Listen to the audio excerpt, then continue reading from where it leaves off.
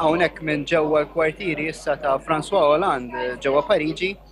L-atmosfera hija tajba ħafna François Hollande rebaħ l-ewwel round u mhuwiex normali li kandidat li ma jkunx president jerbaħ l-ewwel round u pratikament il-kandidat soċjalista ġab 28%, il-kandidat ta' l-UMP li huwa Nicolas Sarkozy, president attwali, ġab inqas minn 27% u dan huwa riżultat tajjeb ħafna għas-soċjalisti.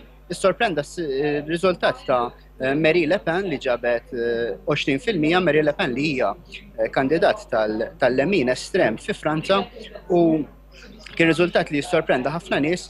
Ovvjament issa Nicolas Sarkozy u François Hollande li jgħad fuq quddiem se jkunu qed jikkompetu fit-tieni round għall-elezzjonijiet presidenzjali u minn hemm nkunu nafu min se jkun il-President ta' Franza.